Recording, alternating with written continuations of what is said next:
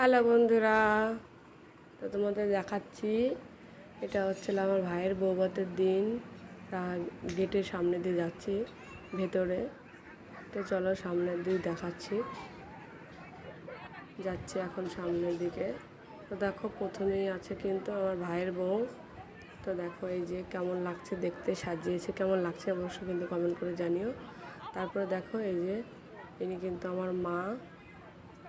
তো দেখতেই পাচ্ছ। তো চলো সামনে দেখাচ্ছে। এই যে এটা আমার ভাই, মানে আমার পিসির ছেলে। ও কিন্তু চাকরি করে, বিয়ে ছেলে চাকরি করে, এসে শুধুমাত্র বিয়ের জন্য। আর দেখো এটা হচ্ছে আমার একমাত্র পিসি, আমার একটাই পিসি, যা দেখতেই পাচ্ছ।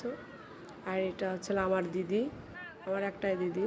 তো দেখো আমার জামাইবাবু দেখো পেছন থেকে কেমন উঁকি মারছে, হচ্ছে কী করছে তার দেখার জন্য।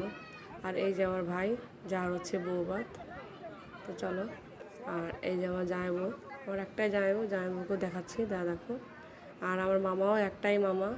এই যে এখানে আমার মামার পরিবার সবাই আছে, পেছনে সবাই দাঁড়িয়ে আছে। আর আমার বর্মশাই দেখো বা পায়ে দিয়ে চলে গেল। তো আমার বৌদি বলছে যে ভিডিওটা করে দিয়েছে, বৌদি বলছে যে ভিডিওটা করবো না বরের সঙ্গে, বললাম পরে করে নেবো। আর পাশে দেখো এটা আমার দিদুন, আর এটা হচ্ছে আমার দাদু। আর উপরে যে বসে আছে এই যে আমার মামি, একটা মামা একটা মামি।